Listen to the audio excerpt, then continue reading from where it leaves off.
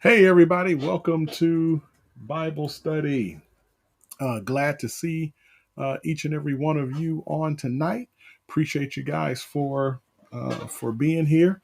And so we're going to get started in just a few minutes. I'm excited for our Bible study tonight. I'm looking forward to getting into it. As you come into the room, what I want you to do is if you could do me a favor and just pop in right quick in the chat and let me know that you can actually hear what I'm saying. Right? If you can hear it, just say something. Hey, Miss Trey, I see you. Can you hear me? Do I sound good? All of that good thing. Let me know. Let me know. Can you hear me? Do I sound good? Can you hear me? Do I sound good? That's all I want to know. Then we'll get started. All right. All right. Good. Good. Good. All right. Thank you, Miss Ray. Thank you, Miss Nicole. Okay, cool. All right. So here we go. So we're about to go ahead and get started. Once again, I want to welcome you to our PFBC Wednesday night Bible study. Glad you guys have tuned in with us. We're continuing in our series, How to Not Be My Own Worst Enemy. I hope that as you guys are paying attention to the message on Sunday, that the message is a blessing to each and every one of you. And so if I had someone who hit me the other day, and they were like, man, you really wasn't you when you told us you wasn't playing this message this past Sunday really made me recognize this fella is not playing. And so I'm trying to make sure that we get the best content out to you guys and really break the word down so we can hear it, understand it, and be better.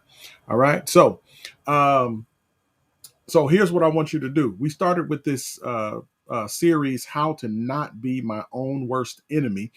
And so again, this is our sermon-based Bible study.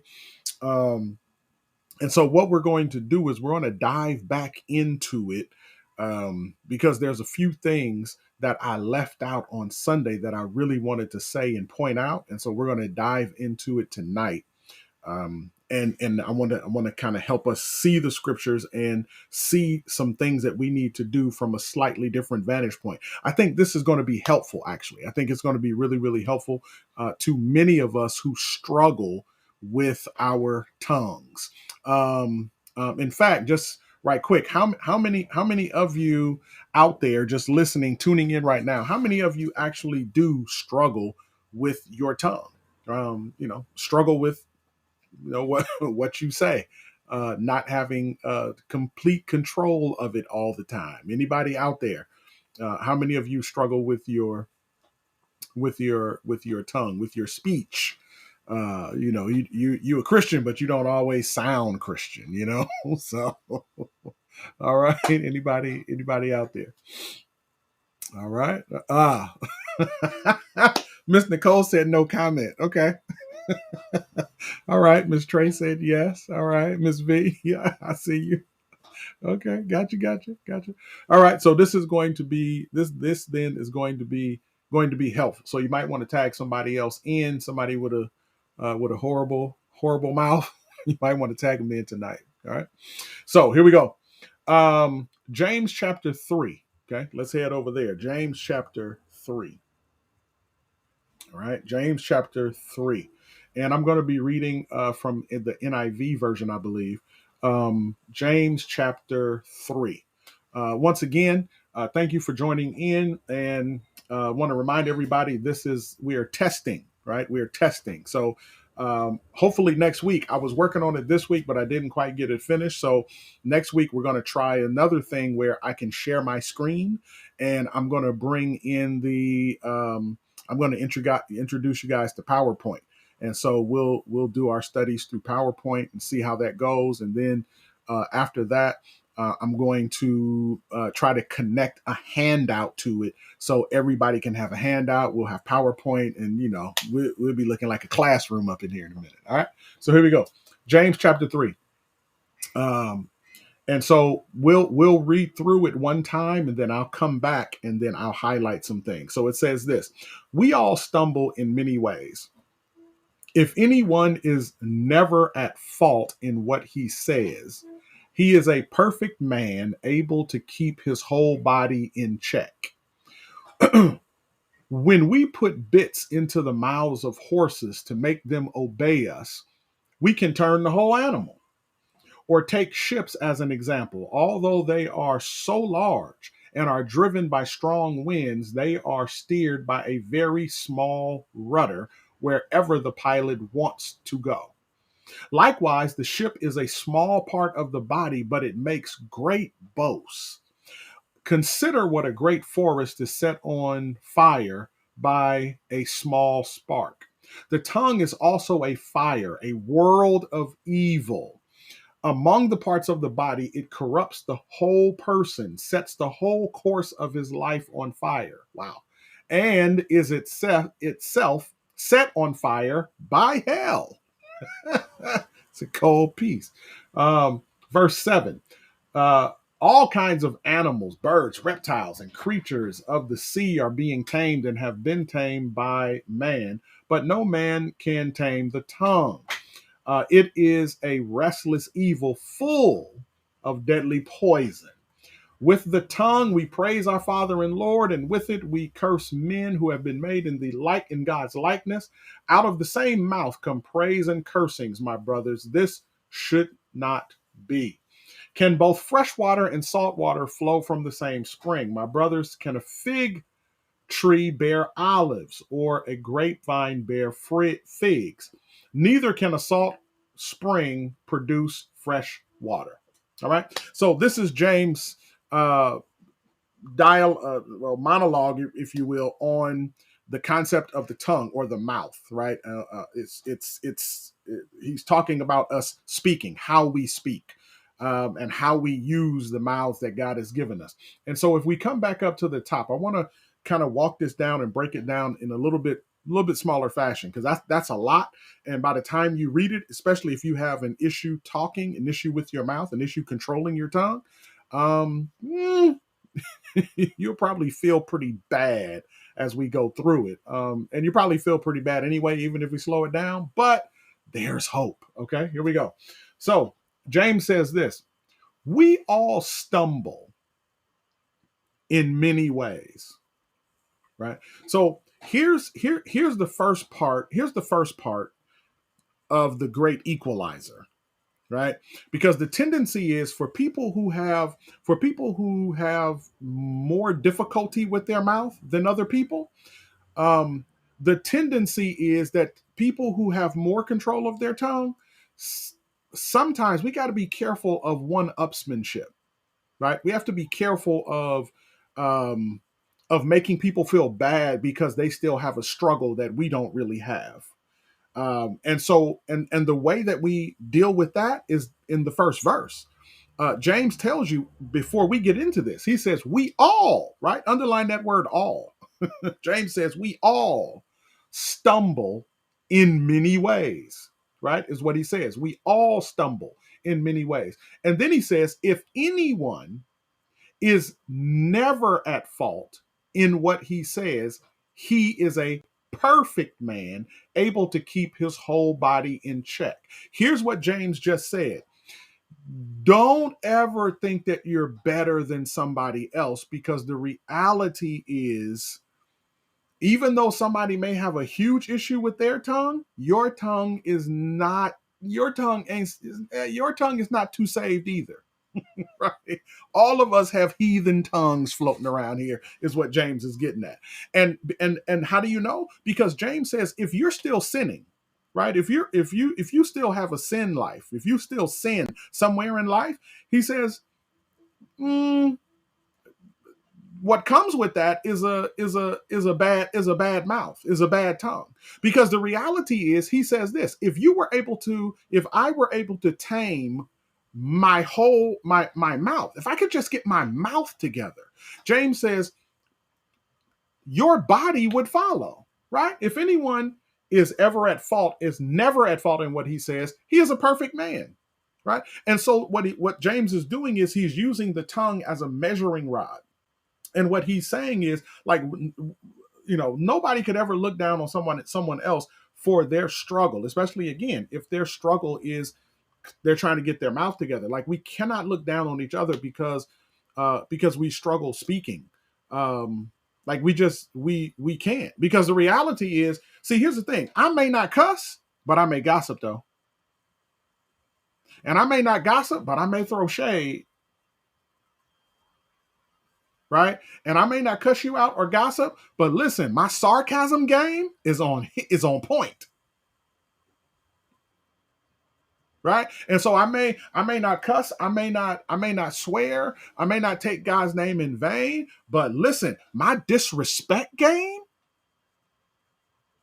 like, you can't beat me disrespecting anybody. Right? I may not cuss. I may not disrespect you. I may not gossip. I may not do any of that stuff. Oh, but my lying game, right? My ability to put one over the plate on you. Oh, listen. Some of us lie really, really well, right? And so what he's getting at is, he said, like, don't like, we got to be careful not to be looking down on other people, because the reality is all of us have a tongue problem, all of us have a mouth problem, right? It just shows up in different ways, shape, forms, and fashions. And so he says, if anyone is never at fault in what he says, he is a perfect man, able to keep his whole body in check, right? Verse 3, watch what he says. When we put bits into the mouths of horses to make them obey us, we can control the whole animal. Talked about that on Sunday, right? Verse 4.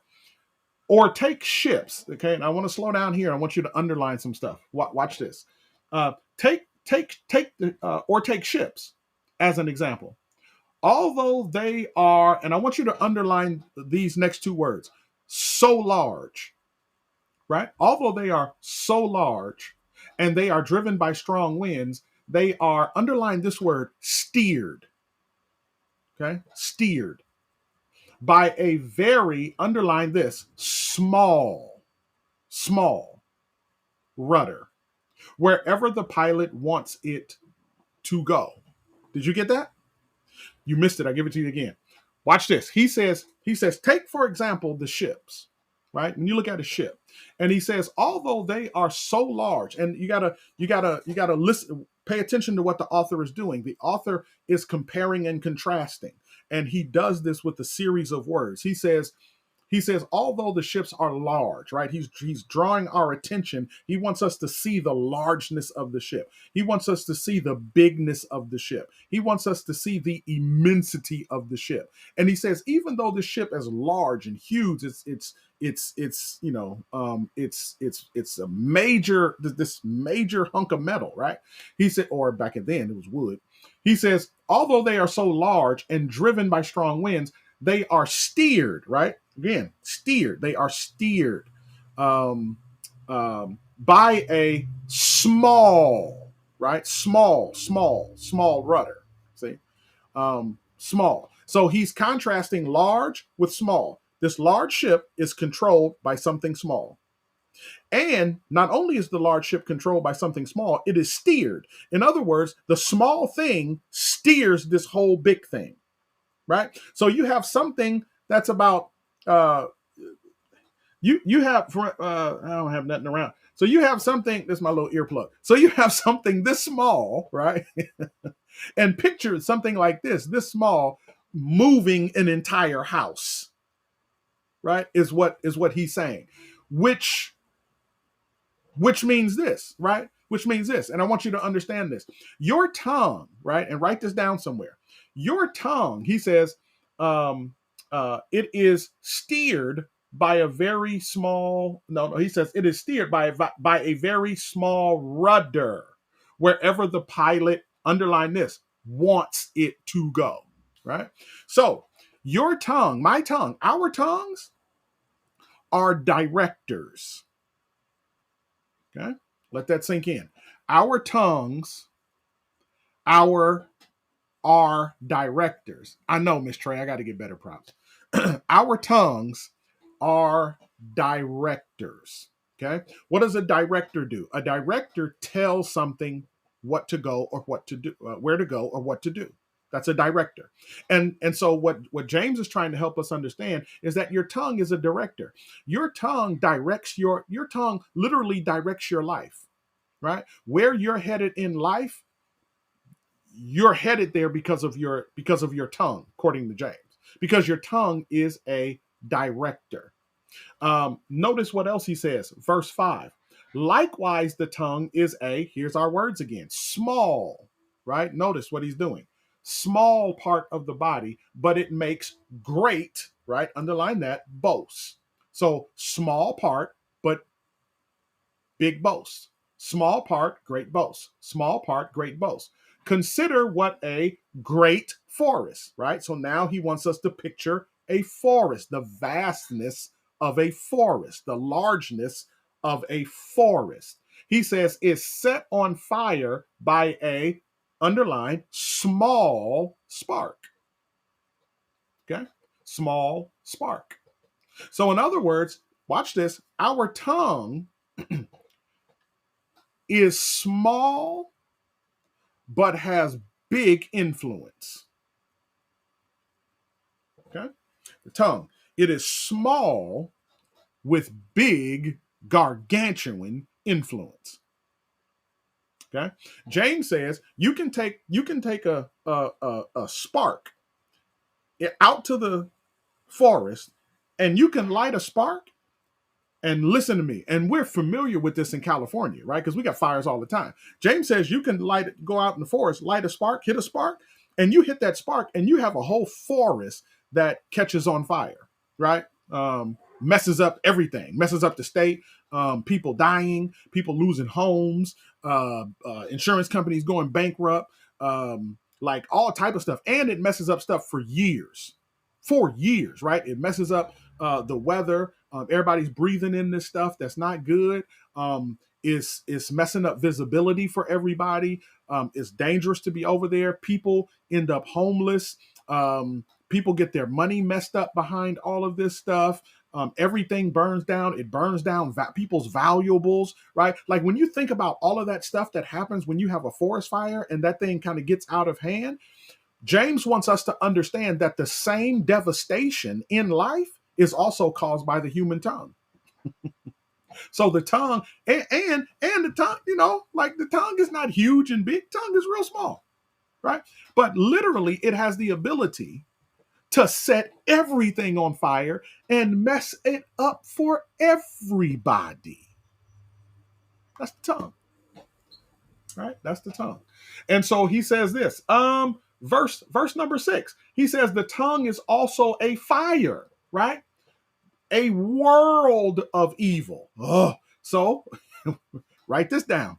Your tongue can be a treasure trove, right? Or a treasure chest of evil. Okay? The tongue can be a treasure chest of evil. All right. See, think about it this way. And isn't this true, right? Just think about it. Isn't this true? Isn't it true that almost every kind of evil that we know of can come from what we say? Right? Isn't that true? Like haven't we messed up families because of our talk? Churches because of our talk? Friendships because of our talk? Marriage because of our talk? Right? Haven't we messed up a lot of stuff simply because of what we say, how we say, when we say? Right? Isn't that true? And so he says this. He says the tongue. He says this thing is a world of evil. And then he says, among the parts of the body, it corrupts the whole person, sets the whole course of his life on fire. Oh my God! And is itself set on fire by hell. Right? It's a gold piece. So in other words, watch this. Write this down. The tongue can be a destroyer of life. Did you get that? The tongue can be a destroyer of life. So let's stop, go back. I want to make sure you got the list so far. So number one, the tongue is a director. Number two, the tongue is a small part, but it holds big influence. Number three, the tongue is a treasure trove or a treasure chest of evil. Number four, the tongue is a destroyer of life. Three more, and we moving on. Here we go. Verse 7. All kinds of animals, birds, reptiles, and creatures of the sea are being tamed and have been tamed by man, but no man can tame the tongue. The tongue is, write this down, untamable. Okay? The tongue is untamable, meaning that you can never get full control of it, right? You can manage it better. The tongue is sort of like a tiger, right? It's kind of like this is probably a good example. It's kind of like a tiger. And if you've ever seen, and I've seen a bunch of footage where you have trainers who are training tigers and that kind of thing, and so a good trainer will have their tigers trained, and they'll tell them what to do, and the tigers will do it, and that kind of thing, and they do the whip with the chair, and and they got all type of little things that they do to kind of trigger the tigers and to move them here, move them there, and all that. But if you keep watching and you pay attention long enough, every now and then, right? Listen, that tiger gonna recognize and realize, hey, I'm a tiger. And who is this fella trying to tell me what to do? And because you can train a tiger, listen carefully. You can train a tiger, but you can't tame a tiger. Let's get that in. You can train a tiger, but you can't tame a tiger. And the tongue is like that. You can train your tongue, but you can't tame that thing. Every now and then, listen, he finna get loose. Blah, blah, blah, blah, blah, blah. Filth, flarn, filth. Like, it's just, you can train it, but you're not going to be able to tame it. That's just not the nature of it. It's not how this works. And James makes pulls no punches about it. James says that the tongue is untamable, right? And we talked about why the tongue is untamable, because ultimately, right, like the tongue is connected to the heart. Like we did a whole big thing on that on Sunday. I'm coming back to that this Sunday.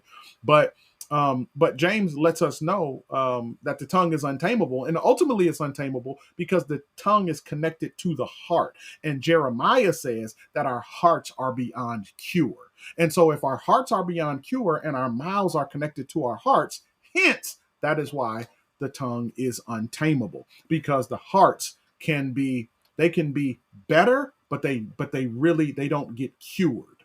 Okay. And so that's the issue. That's the difficulty. That's the problem with the tongue. So watch this. Verse 8. But no man can tame the tongue. It is a restless evil full of deadly poison. Oh, almost forgot this. This is also this is also a part of number 5, because number 5 is it is untamable, but also, and this is another part of number 5. It is also unpredictable. That's the word I'm looking for. The tongue is unpredictable. Kind of like if you got to go back to that whole tiger thing, right? For the most part, you can trust it when you train it. But like the whole, you guys remember the Siegfried and Roy, right? The people who work with the tigers, and then all of a sudden the tiger, after 30 years, the tiger was like, "Hey, I'm a tiger," right? and put your boy in his whole mouth, right? And messed him up for life. And so because you can work with it, but you can't rely on it. The tongue is unpredictable. That's really the key. It's unpredictable. And then we'll talk about what do you do about that a little bit later. So then, verse 9: with the tongue we praise our Lord and Father, and with it we curse men who have been made in God's likeness. Which means this: that the tongue is contradictory too. Right? Tongue is contradictory. It has a tendency to be hypocritical. Our tongue has the tendency to be very, very, very hypocritical. Then he says, verse 10: out of the same mouth come praise and cursing, my brother.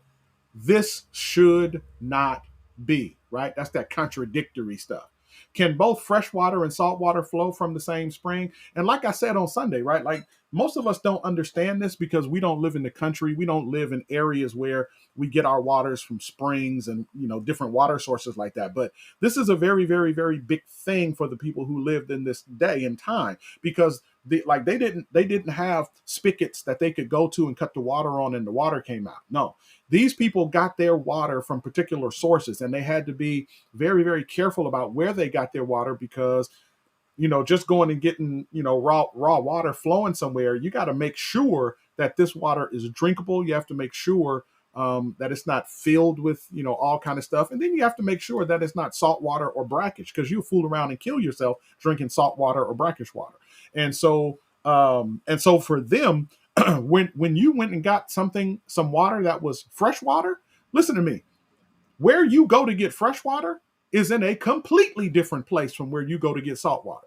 Again, we don't understand that, but this is true in terms of the culture. This is what you would call cultural contextual, historical cultural contextual analysis, right? In terms of how you interpret scripture. There's no way for the way that these people understood this. When James said this, they got exactly what he was saying because where you go and get water is like way over here. And where you go to get salt water is like way over there. They're two completely different places. You don't have salt water here and then fresh water here, and then maybe it gets mixed up. That's not what James is conveying. What he's saying is literally these two things come from two different places. So when James talks about out of the mouth, verse 10, come praise and cursings, he says, my brother, this should not be, right? He says it shouldn't be. Why? Because the praise, that's fresh water. And the fresh water comes from way over here. But then the cursing is salt water. That comes from way over here. And there's no way that you can be in both places at the same time. There's no way that you can get both things from the same place. And so what James says, and this is why he says this shouldn't be. Like, why? Again, this is contradictory. This shouldn't happen. This should never be for a believer in Jesus Christ, right? Not for a follower of Jesus. No, James says this should never happen because when you look at it naturally, you don't get these two things from the same place. You don't get blessings from the same place cursings come from. They should not come out of the same spigot, right? Which is our mouths, because there's two different sources for them. Two completely different sources. And so he says, verse 12, my brothers, can a fig tree bear olives or a grapevine bear figs? Again, he's driving home the same point, right? Neither can a salt spring produce fresh water. See what I'm saying? If you have a salt spring, you're not going to get fresh water out of it. If you have a pear tree, you're not going to get apples out of it. And okay, here's another thing that James is also helping us understand. Not only are our mouths contradictory and hypocritical, our mouths are also unnatural. They defy nature. Right? So the mouth, when we praise God, like, and I'm sure, right? How many of us have been to church? And we kind of say this, right?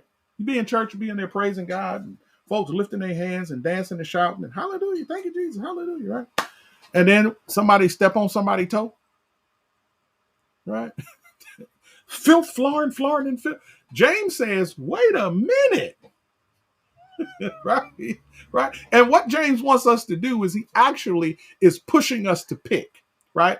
Are you at the freshwater source really? Or are you at the salty water source really? See? Are you at the salty water source pretending you're at the freshwater source? Right? But you're really at the saltwater source? Right? Or are you really at the freshwater source? Like which one is it? Right? And so James kind of pushes us to make a decision. And so the tongue can be it's unnatural. It's not it doesn't, it's broken. That thing don't work right. right? Is what James is getting at. So the question is, what do you like? What do we do about that? Like, how do we handle that, right? How do we maintain? How do we manage being able to handle the difficulty of our tongue? Okay, so here's what I need for you to do. Turn with me to Ephesians, Ephesians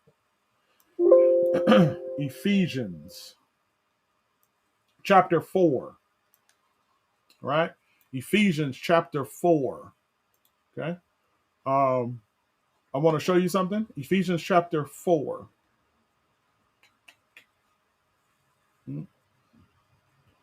Ephesians chapter 4. If you when you find it, just throw your hand up in the chat, give me a thumbs up, let me know. Just say got it, got it, whatever. So I'll know when to start. Ephesians chapter 4. Ephesians chapter 4. All right, let me know when you got it. Ephesians 4. Ephesians 4.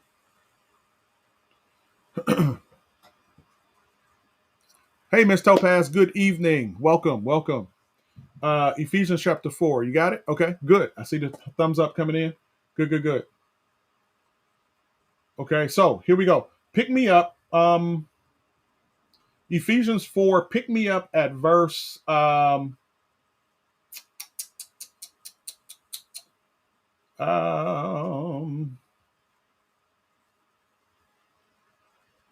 pick me up at verse 17. Okay, pick me up at verse 17. Now, let me explain Ephesians for you right quick. Ephesians is a book where, so it's a book written to the church at Ephesus, obviously, right?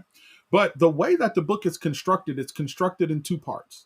Okay, chapters 1, 2, and 3 are neatly constructed as theology. Okay, so you learn theology in chapters 1, 2, and 3. You'll learn about God. You'll learn theology proper in Ephesians 1.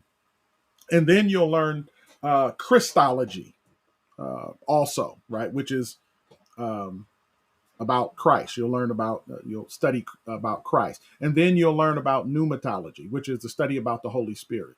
And so, and then also, yeah, then there's ecclesiology, right? Study of the church. That's also in there as well. There's soteriology, right, which is the study of salvation.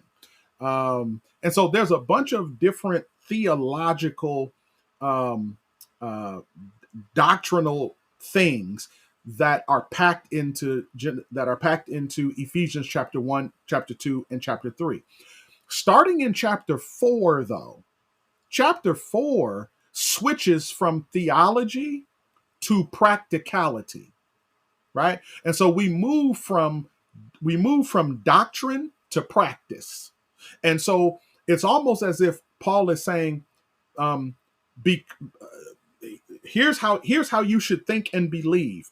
Chapters 1, 2, 3. Now, since we think and believe that, here's how we should act, right? Chapters 4, 5, and 6. And so 4, 5, and 6 are the chapters. These are action chapters. These are the chapters where we learn how to live. These are the chapters where we learn what to do based upon what we say we believe. So Paul says, here's what you should believe. Now, if you actually believe this, then it should produce this, right? Is what he's saying. So that's chapters 4, 5, and 6. Is everybody with me? So pick me up. He says, matter of fact, yeah, pick me up, verse 17. Paul says this. So I tell you this and insist on it in the Lord, that you must no longer live as the Gentiles do in the futility of their thinking. You see, right there. Notice he's already in it. He's already shifting in verse 17. He shifted way before, but he's digging into his shift. Because notice what he says, and I want you to underline some stuff. He says, "So I tell you this and insist on it in the Lord, that you must no longer live as the Gentiles do." Now, the word Gentile, okay, is being used in a different way here. The word Gentile meant in biblical days, it meant someone who was a non-Jew. Okay, someone who was not Jewish in nature. You were something else, but you weren't Jewish. The word Gentile began to take on as the church age became about. The word Gentile began to take on a different nuance of meaning, and the word Gentile began to be referenced as anyone who did not have a covenant relationship with God through Jesus Christ.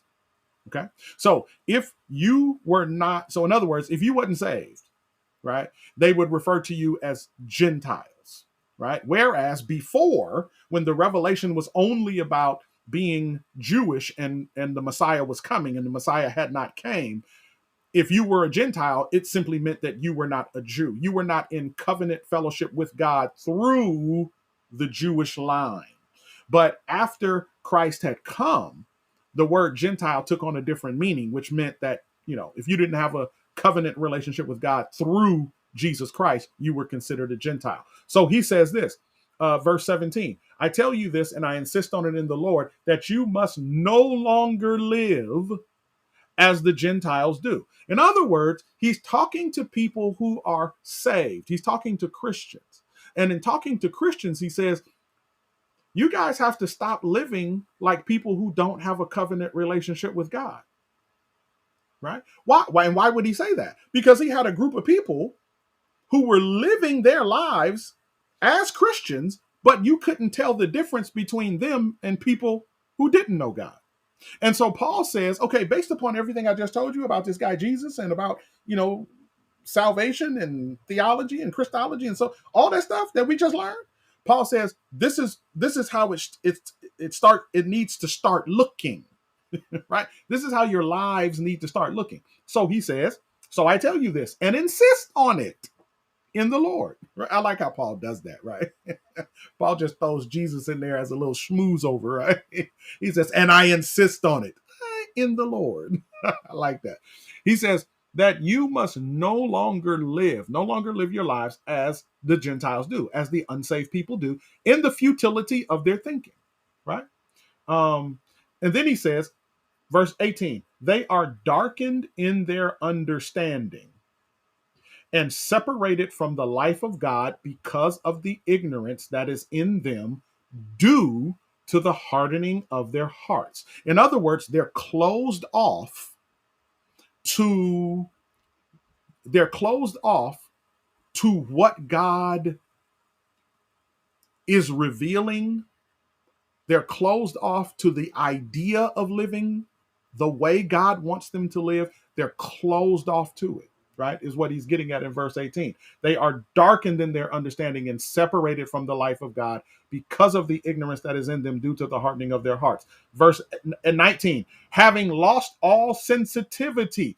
Underline that, okay? Underline that. Having lost all sensitivity. They have given themselves over to sensuality. That's all type of sexual stuff. So as to indulge in every kind of impurity, and they are full of greed. One version says, and they do it with greed, right? And so I want you to underline, having lost all sensitivity. Woo, when he says having lost all sensitivity, what that means, that means so many things on so many different levels. But having lost all sensitivity means you no longer feel. Right? You've gotten to the point in life where you don't feel. And one of the most dangerous places a Christian could ever be is when we get to a place in life where we don't feel when we do wrong. Right? When our mouths can just go and we don't even feel it anymore. When we can do the things we do and not feel it though. Oh man, because having lost all sensitivity is not a description of saints. That's a description of sinners. And that should never be a description of saints. So he says, having lost all sensitivity, they have given themselves over to sensuality so as to indulge in every kind of impurity, and they are full of greed. Verse 20. That, however, watch what he says. That, however, is not the way of life you learned.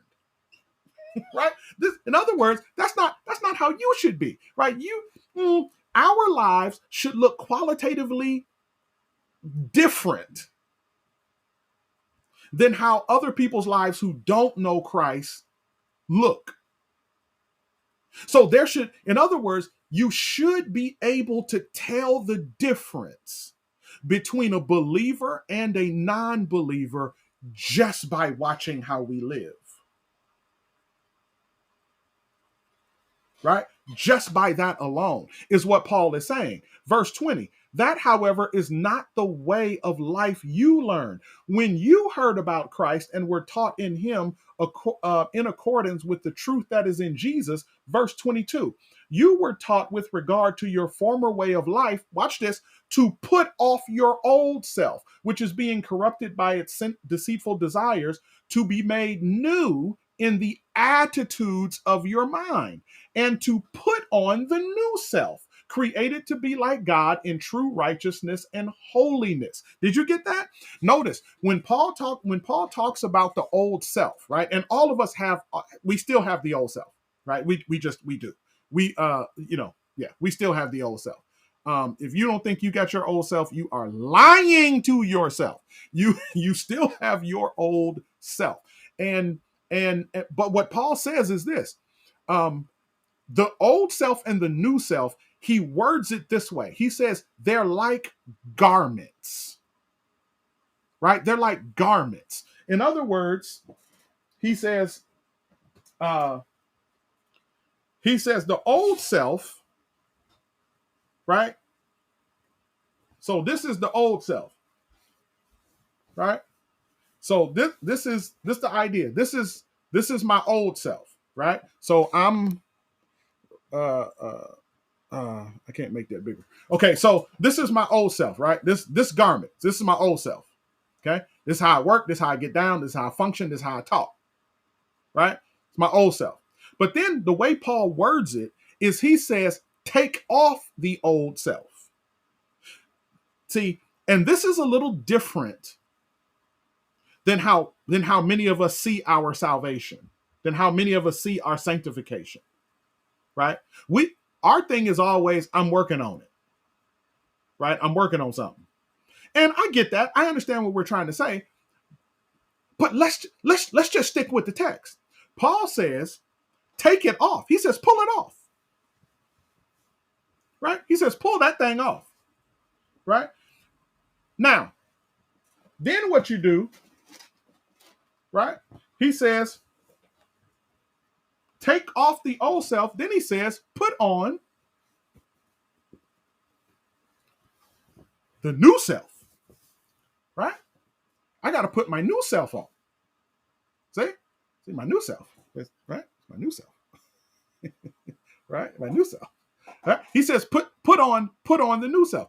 And he talks about our dispositions in life. He talks about our salvation, like our salvation is clothing. And he says, put one on, take one off. Now, here's the problem with many of us, and here's what we're working on, right? I'm gonna tell you what we're working on. This is what we're working on. Many of us, we've done this, right? Many of us have done this. We have put on the old self, right? This is the old self. That's where we came from. But then what many of us do is we put the new self on top of the old self, right? And what ends up happening is, listen, we got two selves. we got two selves up in here, right? I got my new self floating through here, and then I got my old self down here. And guess what? My old self is making me hot. Right? My old self is making me hot. It's making me sweat. And we're disobeying the text because the text doesn't say put the new self on top of the old self. The text says take off the old self and put on the new self. And so some of us, if this is not how we look, right? Others of us, we look like this, right? Show you how we look. We look like this. We look like, right? So I got on my old self, and then here's what we look like, right? We got the new self, and he said put on the new self. So we just right?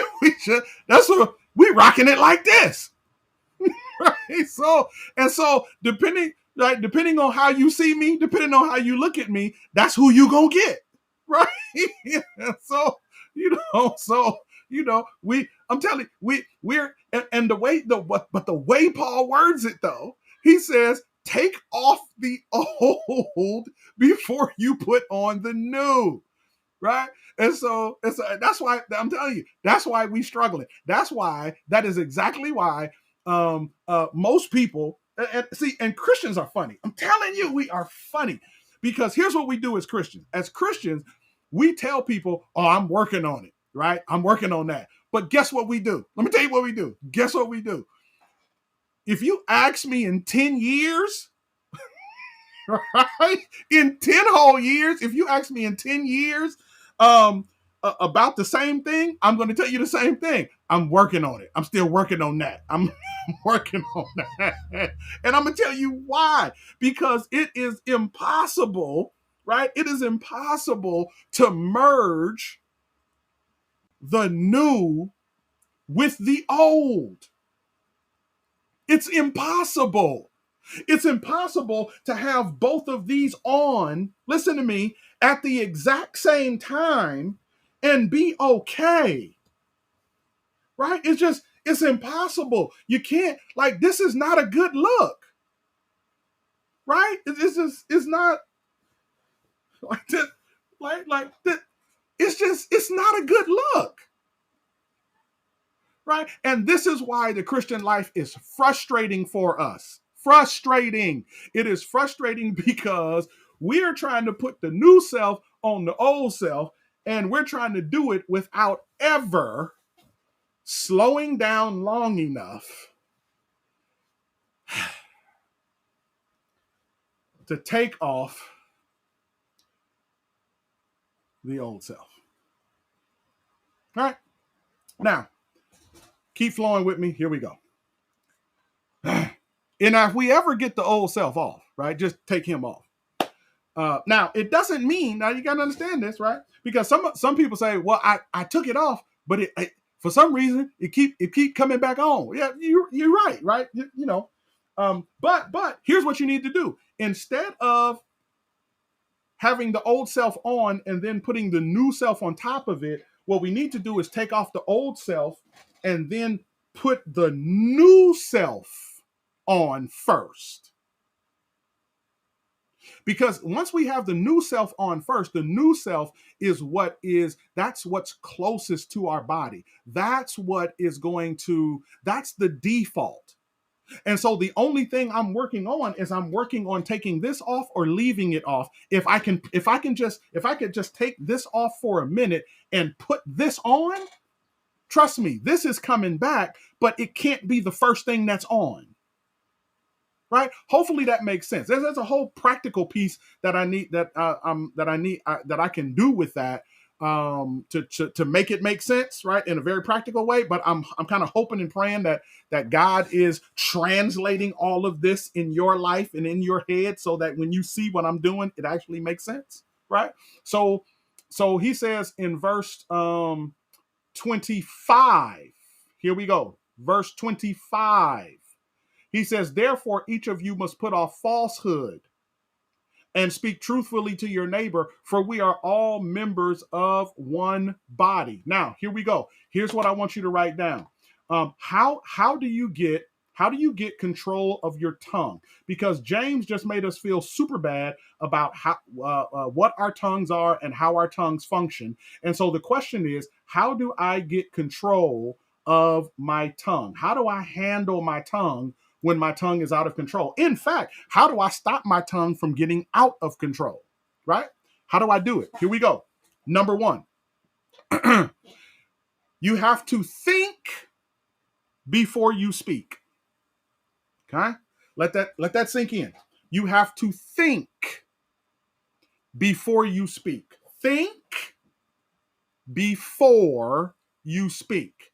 The Bible says it this way: be quick to listen and slow to speak.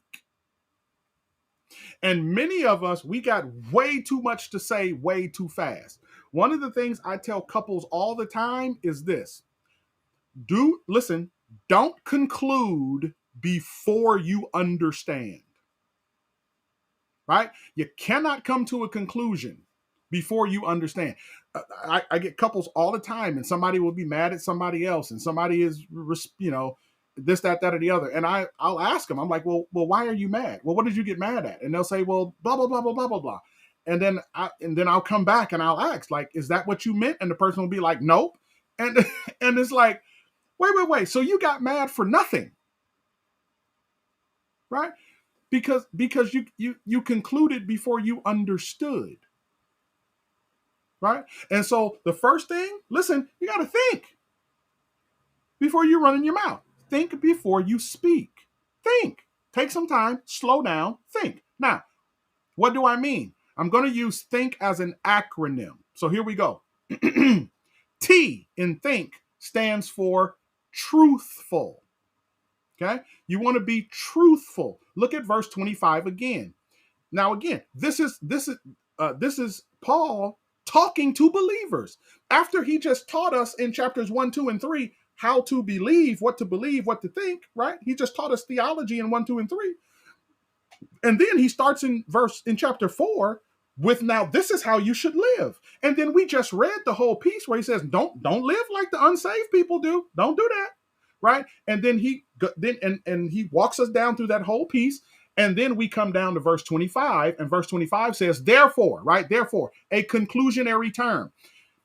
In other words, because of everything I just told you about taking off the old self and putting on the new self, and no longer living like the Gentiles live in the futility of their minds, and because their hearts are darkened and they done lost all feeling. And like he says, therefore, right? Since I've just explained all of that to you, he says, each of you, right? Each of you, say that with me. Each of you. Okay? Say that with me. Each of you. Let me tell you who he's talking about. You and me. Right? He says, each of you must put off falsehood. Okay? Put off falsehood and speak truthfully to your neighbor, for we are all members of one body. Right? He says you have to put off falsehood. Now, for many of us, right, especially, a lot of us, we see this as lying. That's kind of how we default. You stop lying, right? But that's just one part of what he means, right? That's just one part. Sometimes lying, well, I mean, we need to stop lying, but there's more to put off falsehood than what we understand. When he says put off falsehood, what he's saying is stop being fake.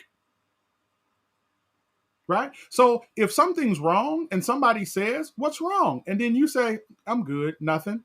Like, stop put off falsehood.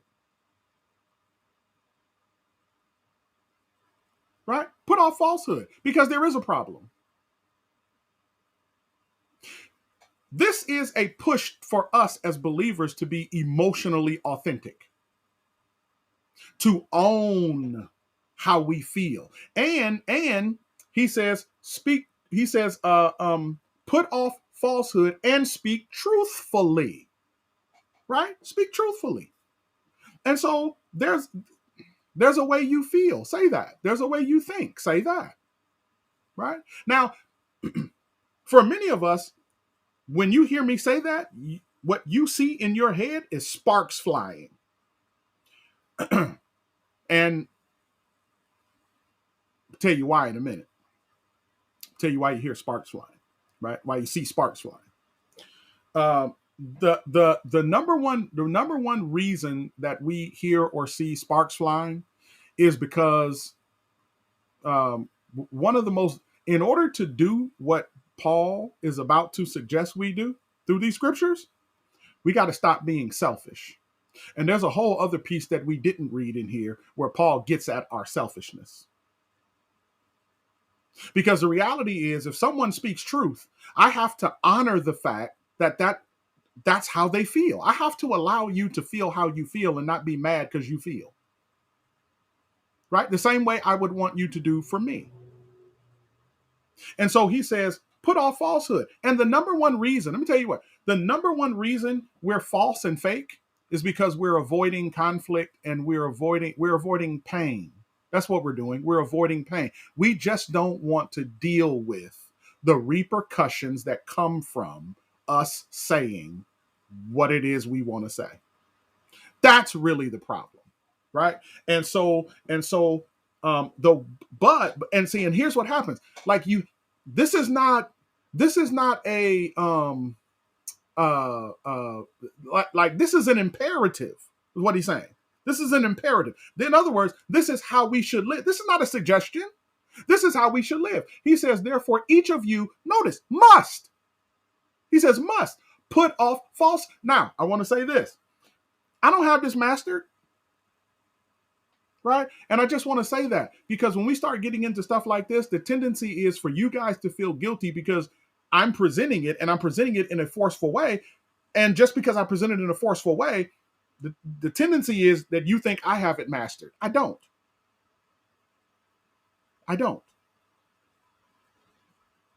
Right? I don't.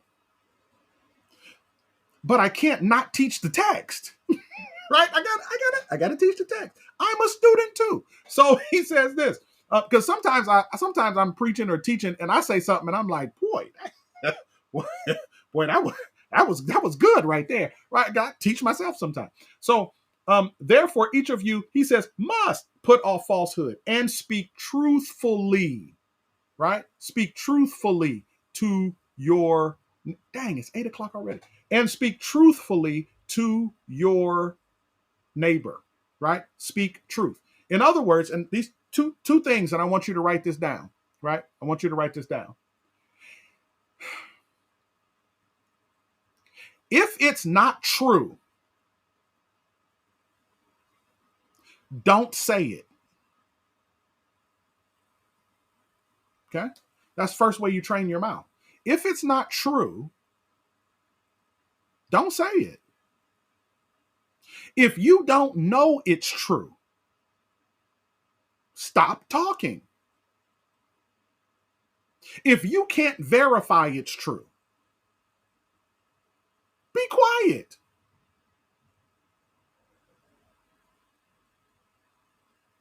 See, that's how rumors get started. That's how feelings get hurt. Because we go saying stuff that we heard somebody say to somebody else when they were saying what they were saying. No, if it's not true, like, don't say it. And then here's the second thing I want you to write down. Write this down. If it's true, watch this, you must say it. Ooh. That's a tough one, right? If it's true, you must say it. Because he says, you must put off falsehood and speak truthfully to your neighbor. That must there in the text is covering it's covering the same two actions. Put off falsehood and speak truth. The must refers to both of those things, right? So if it's not true, don't say it. If it's true, you must say it.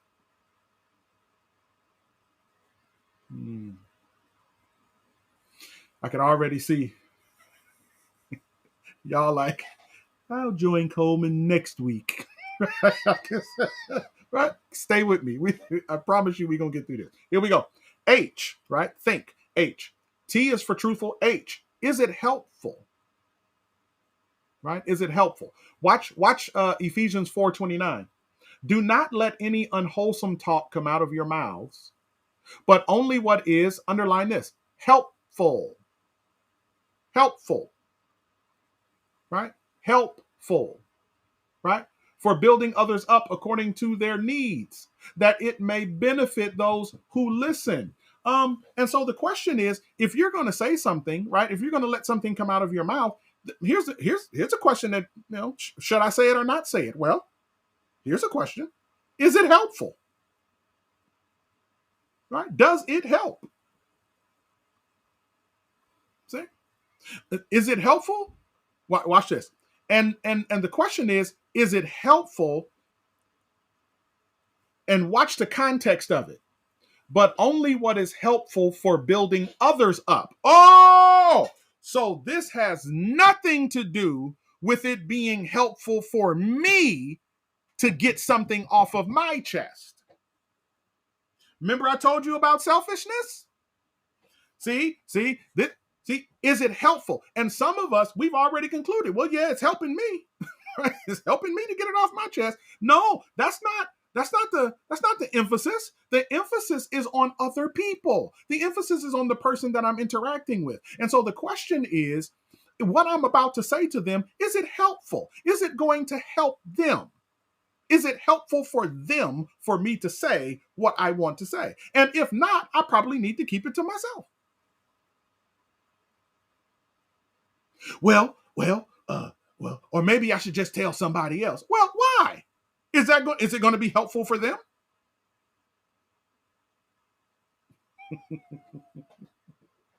See, listen, right? Some of y'all bow. You just feeling like this, bow.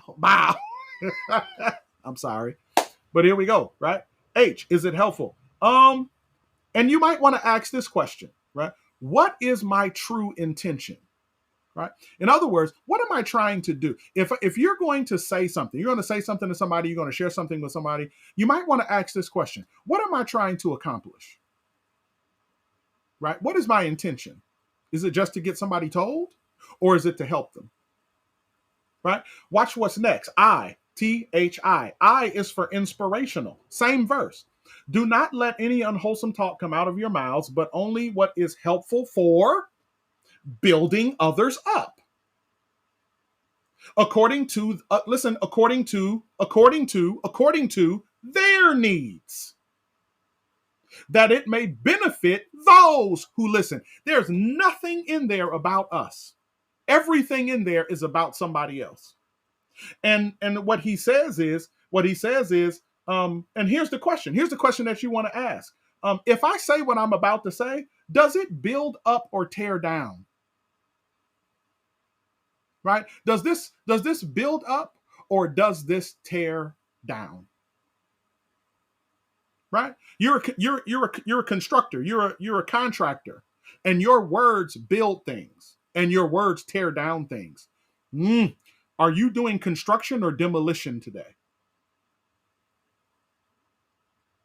Because the text says, do not let any unwholesome talk come out of your mouths, but only what is helpful for building others up according to their needs. Oh, so now I got to pay attention. I have to pay attention. Watch this. I have to pay attention to what people need in order to know what to say to them to build them up. So in other words, I can't just have a bunch of quick sayings that I drop off to people thinking that I'm building them up, because each buildup is customized to the person. Remember what I said about selfishness?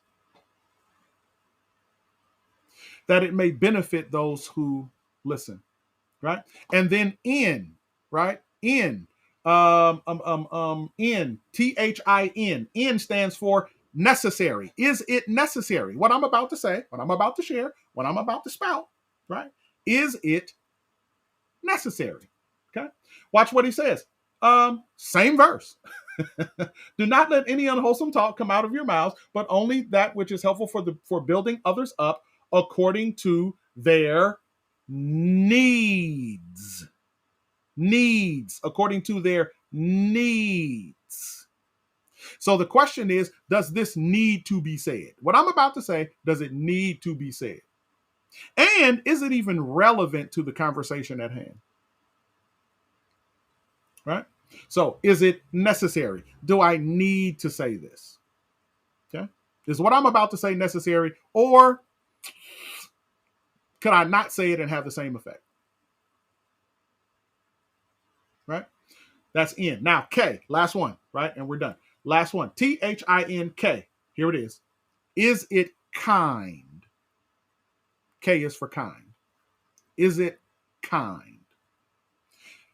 Jump back up to Ephesians 4, verse 15. We started at 17. We didn't read 15 because I just wanted to save it for this. Watch what he says in verse 15. Instead, speaking the truth in love, we will in all things grow up into him who is the head, that is Christ. Whew. There it is. Right? He says, see, now here's another reason why we hear sparks. Right? We hear sparks. When you heard me say under T, truthfulness, right? That if it's true, you must say it. And I'm telling you, I know what was going on in many of you guys' heads, sparks. And you're like, oh my God, this is gonna, I don't know about that, Pastor. Right. you ready. You ready for me. And I'm telling you,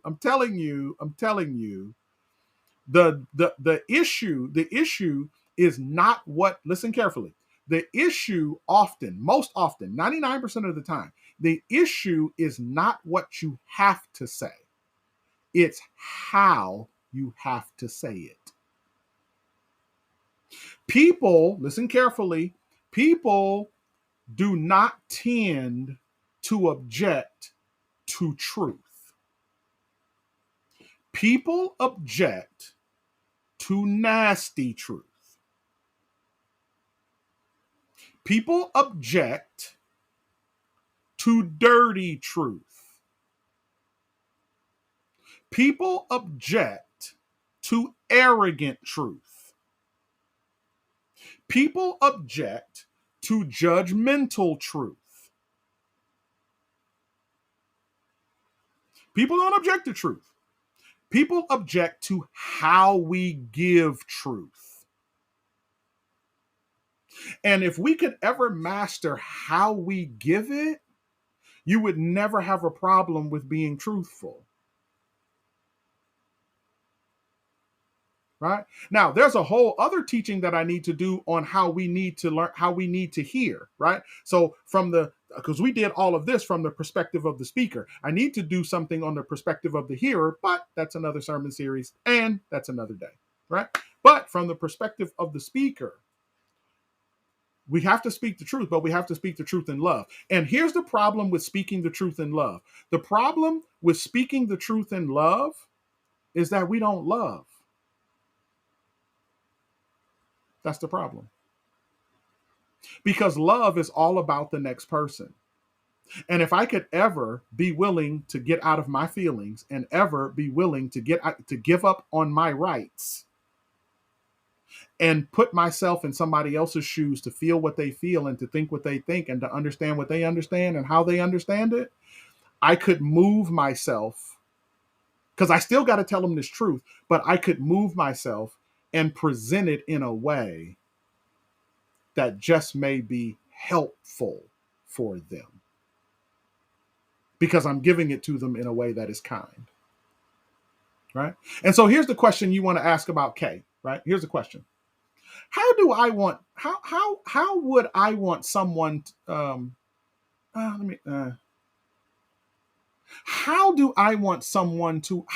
would I want someone to approach me with this information? How about that? Right? You have something that you want to share with someone else, right? Maybe maybe somebody breath stank, right? And you just can't stand it no more, right?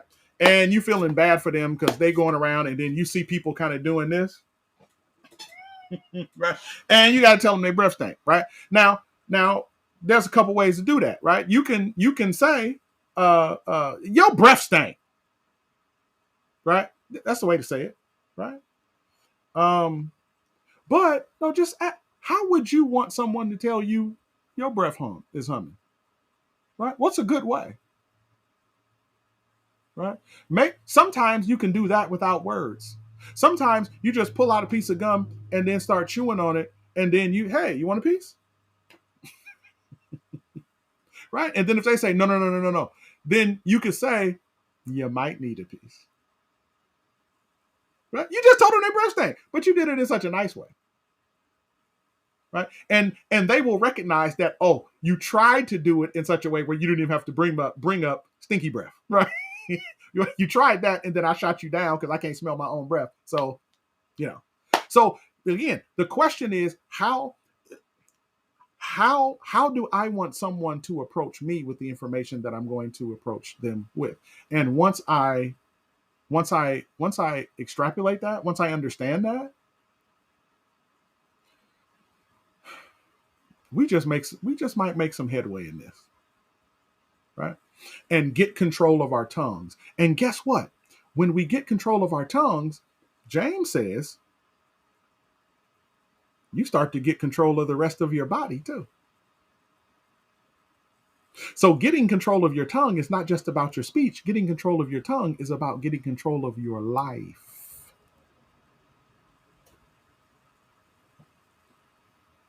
All right. Thank you guys for coming.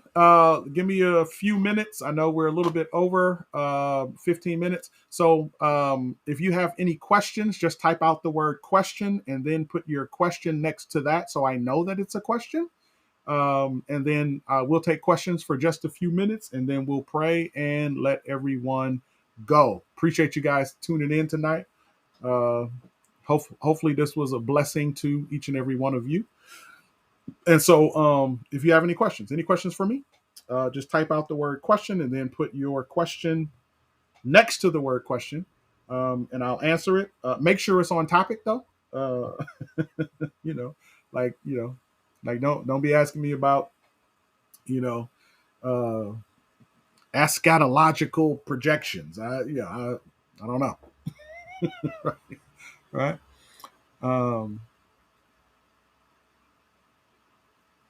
okay. So how do you respond to question? How do you respond to Sinu? What is Sinu? What is Sinu? Somebody help me. I know there's a word sinew, which is like a tissue. It's a in Bible times that was another word for the tissues of the body. But I'm not sure what that means. Sinew. If you could retype it, and someone who asks how you're doing and you are just not ready to respond yet. Oh, okay, good, good, good, good. Yeah. So there's got to be a way for me to put this on the bigger screen, so I'm not having y'all look in my nose. And so yeah, Miss Reed, that's a great question. If somebody is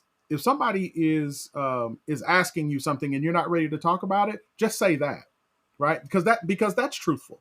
Just say that, and just say, there is an issue, but I don't want to talk about it right now, and I would appreciate if you would give me a little space, and then we can talk about it a little later, right?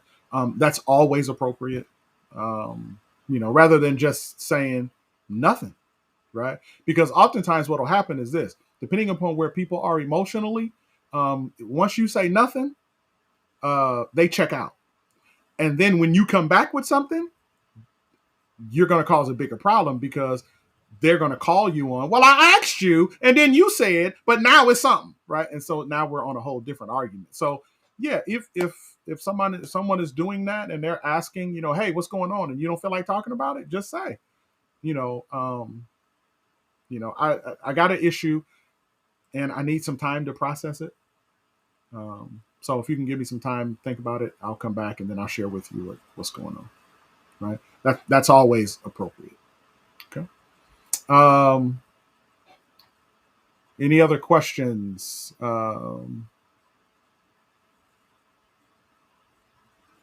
If you do tell the truth in love, but the wait, hold on. If you do, okay, so make sure you guys put question behind your questions because I'm looking for the word question and then the question. Just so you know. All right. So if you do tell the truth in love, but that person still doesn't want to hear it, what do we do? Nothing. Nothing. We've done our due diligence. We've done our job. That's the only requirement. The requirement is to speak the truth in love. See, one of the things that we have to be careful of but thinking that doing the right thing produces the right outcome. Right? We cannot control outcomes. We're responsible for our actions. Right? We're responsible for doing the right thing. And when we do the right thing and someone doesn't receive us doing the right thing the right way, listen, I've done what I was supposed to do. And at that point, the ball is in their court. See, and once the ball is in their court, they're responsible for they're responsible for dribbling at that point. Um, yeah, they're responsible for dribbling. You're only responsible for doing your part. And I know that's a real question, like a serious question, because I've had it done to me where I had a conversation with someone one time, and I told them I didn't want to have the conversation with them, and I told them because I said, and I told them because I had to have a conversation with someone about them, and it was about how they handle information. And I told him, I says, I need to say this to you, but I don't want to say this to you because I'm afraid that if I tell you what I tell you, I'm going to become your new enemy. Um, and that's not what I'm intending. I want to help. I want to be a help. I want to be a support. Right. And I laid it out, and told them what I needed to tell them. And like you said, in love, approaching them, did everything, kid gloves, whole nine. And from that day to right now, I'm still the enemy. But I did what I was supposed to do. It's not on me at that point. And so this does not exist without risk, just so you know. It doesn't exist without risk. Um, but we have to be obedient to truth. Um, so hopefully that makes sense. Um,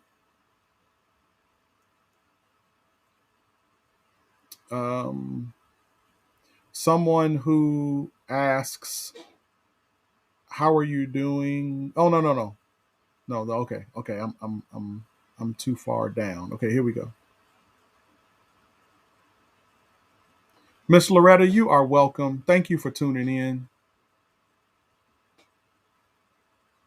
What if you're never ready to talk about it? Okay, all right, Ben, I got you. What if you're never ready to talk about it? That's probably a bit more of a nuanced conversation. Uh, Meaning trying to figure out why someone is never ready to talk about it. Because there's only a couple of scenarios that I can picture in my head that someone is where someone is never ready to talk about it. And again, I'm saying it from the standpoint of the speaker, not from the standpoint of the hearer. If you're asking the question from the standpoint of the hearer, towards someone who's speaking, then you got to let me know, because I'm going to address this from the standpoint of the speaker. So if I'm a speaker, and there's something that I need to say or have to say, and I never am ready to say it, um, one of two things. One, Um, it's probably because there's something deep in me that's hurt, and I need to heal from my hurt. And what I may need to do, in all honesty, I may need to go sit on somebody's couch, so I can get inner healing, so that I can release the stuff that's inside of me. Because ultimately, when there's stuff inside of us that we need to get out, there's truth that we need to say. If we don't get it out, really all it does is it eats us up from the inside out. And some of the, and we'll talk about this in another way in a much more detailed fashion. But things, some lot of times, people think, well, I don't want to say the wrong thing, so I'm just not going to say nothing, right? Well, there's a truth to that, but then there is a truth that we need to say.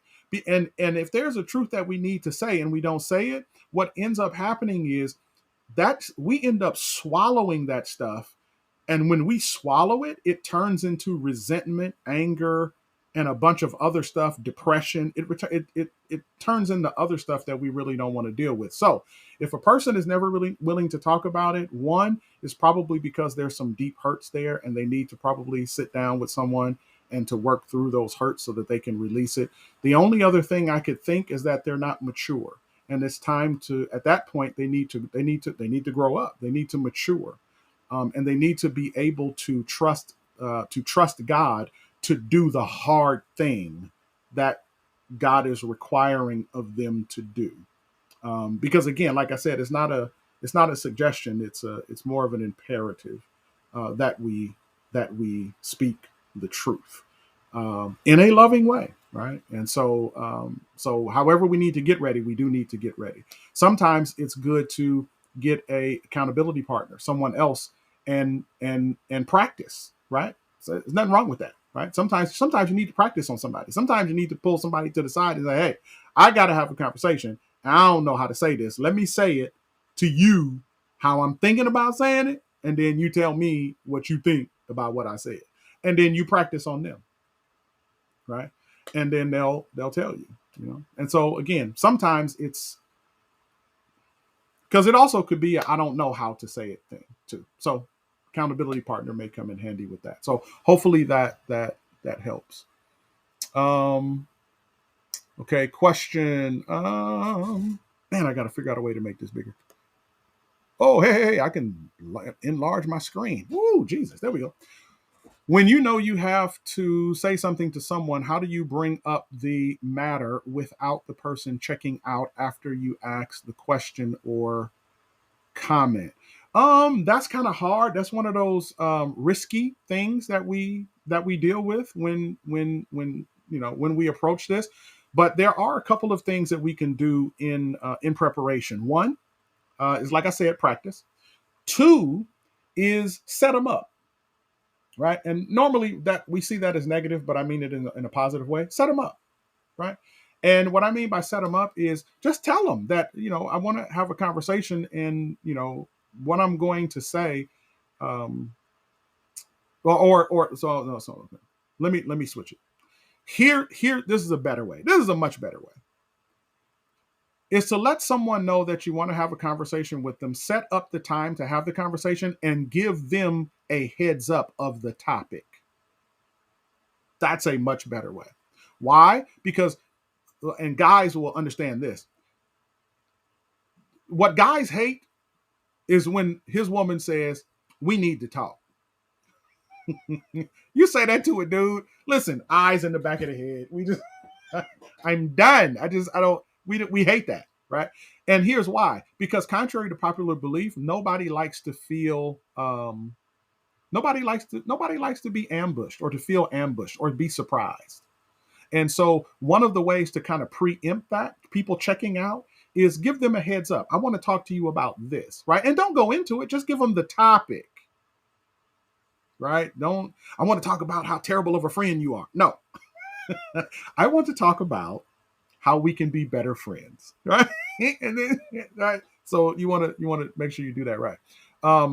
The other way is that when you open up, you can preempt the conversation, and you can say, listen, what I want to talk to you about is it might be a little difficult. My intention is not to offend, but if you start to feel like you want to check out, please let me know, and we can take a break, right?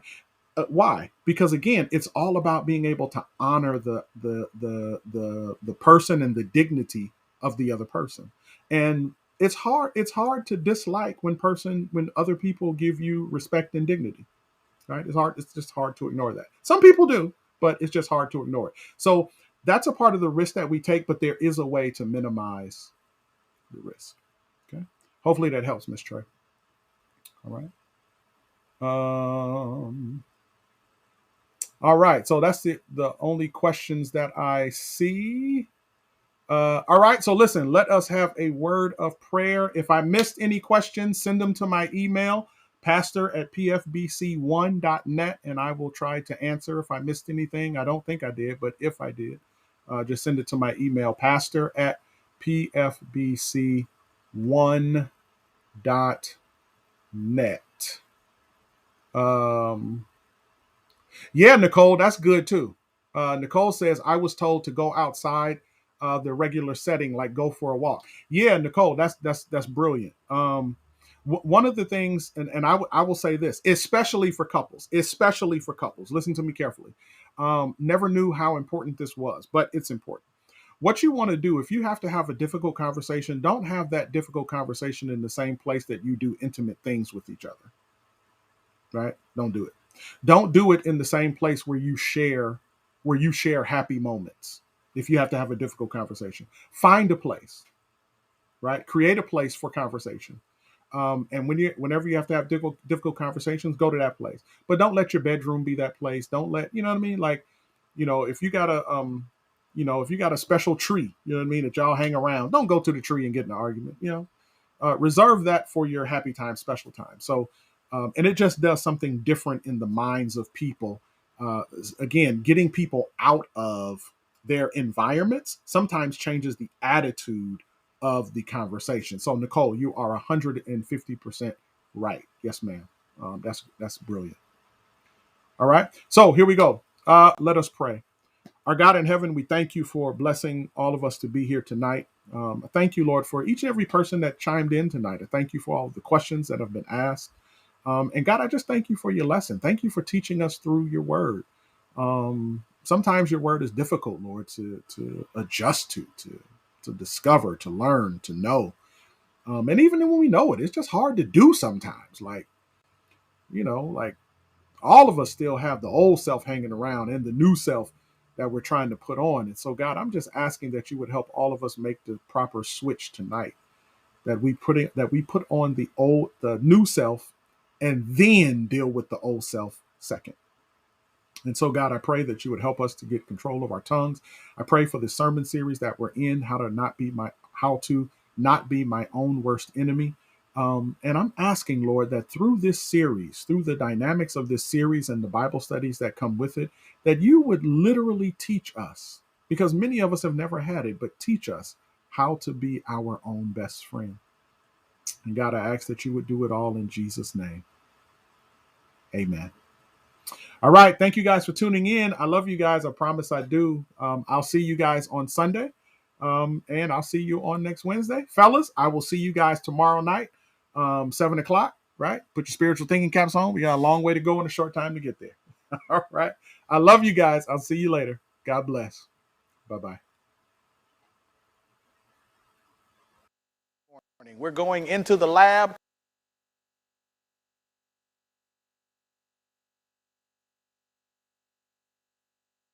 And we are going to do